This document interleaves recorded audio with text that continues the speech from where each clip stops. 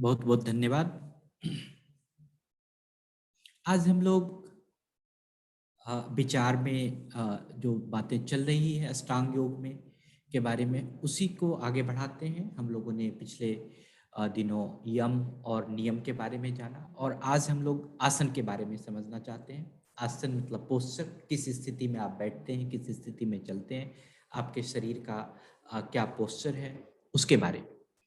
तो कहते हैं कि स्थिर सुखमा आसनम, मतलब जो स्थिर पूर्वक स्थिरता से बहुत काल तक बैठे रहने का नाम आसन है। अर्थात अगर आप स्थिर होकर अच्छे से सुखपूर्वक बिना किसी पीड़ा के अधिक समय तक बैठते हैं तो उसी का नाम आसन।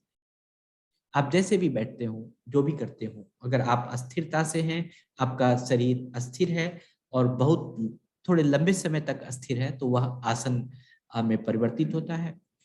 पिछले दिनों मैंने कहा था कि जो मनुष्य है, जो हमारे ऋषि मुनि थे, उन्होंने विभिन्न विभिन्न जीव जंतु जानवर उनको देखकर, उनके आसन को देखकर, उनके बैठने, उनके हाव भाव को देखकर बहुत सारे चीजों का अनुसंधान किया कि हम अपने जीवन को कैसे अच्छा बना सकते हैं, हम अपने जीवन को कैसे निरोग बना सकते हैं, कैसे हमारी आयु बढ़ सकती है।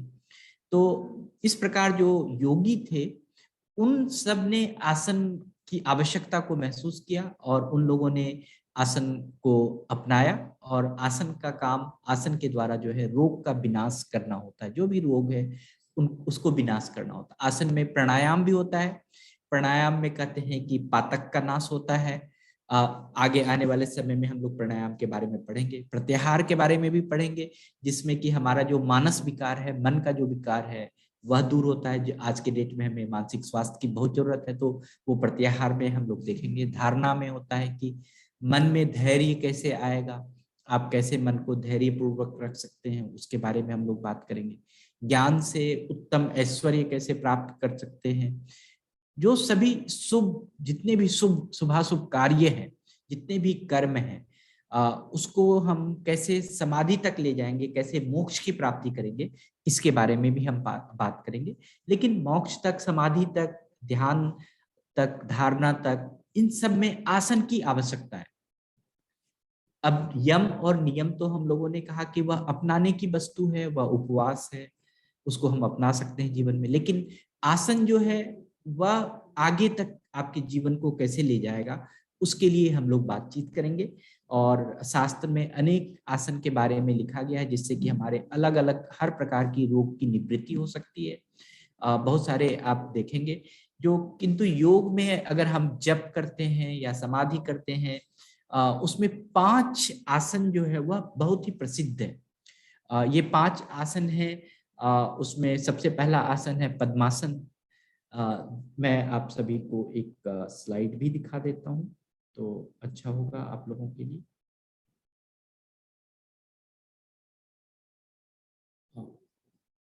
जस्ट एक,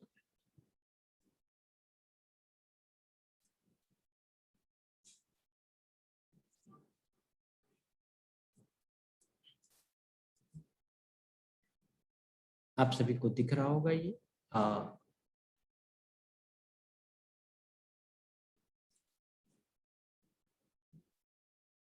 इसमें जो सबसे पहला आसन है वो पद्मासन है, कि आप जमीन पर बैठें और बाएं पैर की एड़ी को अपने जंघा पर इस प्रकार लगाएं कि एड़ी जो है नाभि के पास पहुंच जाए। आप देखिए क्या, कितने अच्छे से पोजीशन लगाया हुआ, कि आपके जो मेरुदंड है, स्पाइनल कॉर्ड है, वह पूरा सीधा होना चाहिए। तो इस पद्मासन में जब आप बैठते हैं, पद्मासन की प्रक्रिया में जब बैठते हैं, तो कुछ चीजों का ध्यान रखना चाहिए।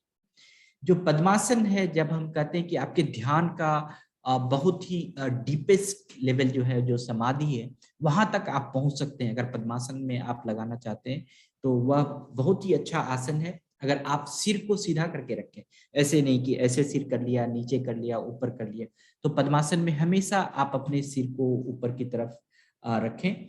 उसके बाद जो आपका मेरुदंड है वह बहुत ही सीधा होना चाहिए, जो आपका स्पाइनल कॉर्ड है वह सीधा होना चाहिए, और आपको स्थिर पूर्वक बैठना चाहिए। आप जब भी पद्मासन करते हैं तो उस समय आपका नेत्र जो है, आंख जो है, वह बंद रहना चाहिए।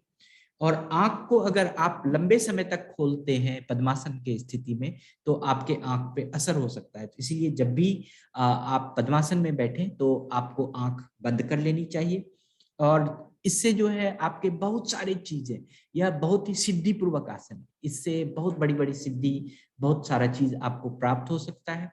और दूसरा जो आसन है स्वस्तिक आसन, आप देखिए कि सुखपूर्वक आप बैठे, बाएं पैर को घुटने से मोड़कर दाहिने जंघे और पिंडली को इस के बीच इस प्रकार स्थित करें कि बाएं पैर का तल जो है वह छिप जाए।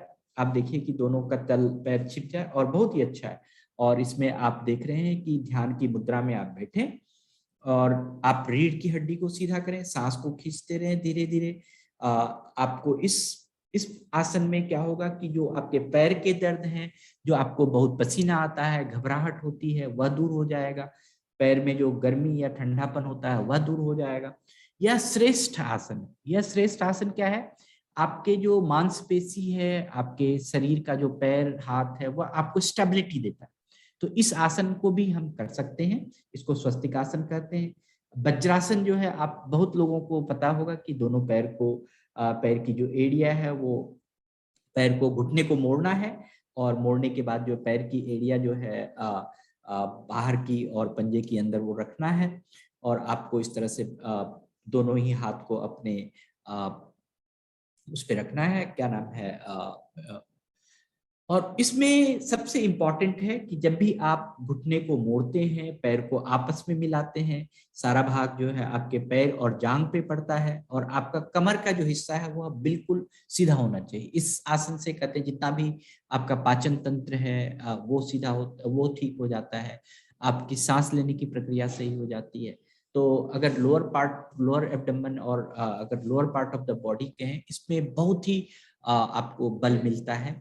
तो इस तरह से आप वज्रासन भी कर सकते हैं।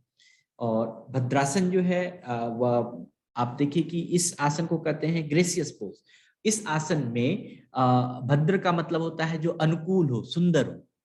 तो इस आसन में आप लंबे समय तक बैठ सकते हैं, और यह आसन आपको बहुत ही सुख देगा, बहुत ही आराम पूर्वक आप कर सकते हैं। दोनों ही पैर को सटा के बैठे, घुटने को मोड़कर, और उसको हाथ से पकड़ लें पैर को। और आप देखें कि इसमें आप बहुत ही निरोग हो सकते हैं, यह सुंदरता को बढ़ाता है यह आसन। आपको ग्रेसियस पोज इसको हिंदी में कहते हैं, अंग्रेजी में कहते हैं। बहुत ही सरल है और उपयोगी है। आप चटाई पर बिछाएं, और आप वज्रासन में भी बैठ सकते हैं। और जितनी देर तक आप इस भद्रासन में बैठेंगे, उससे क्या होगा कि आपकी एकाग्रता बढ़ेगी, आपका जो शक्ति है, दिमाग की शक्ति है, वो बढ़ जाएगा। मन की चंचलता कम होगी, जो हाइपर एक्टिविटी है वह कम हो सकता है। और जो पांचवा आसन है वो है वीरासन।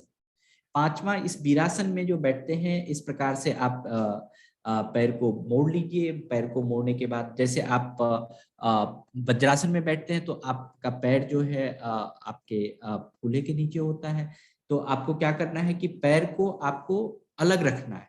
तो जब भी आप पैर को अलग रखते हैं, मोटी चटाई को कीजिए, अपने दाहिने पैर को धीरे धीरे मोड़कर बाहर निकालें, और फिर बाएं पैर को निकालें। आप आराम की स्थिति में बैठे रहें, एड़िया बाहर रखें। इस आसन को 5 से 7 मिनट तक किया जा सकता है, और खाने के बाद भी किया जा सकता है।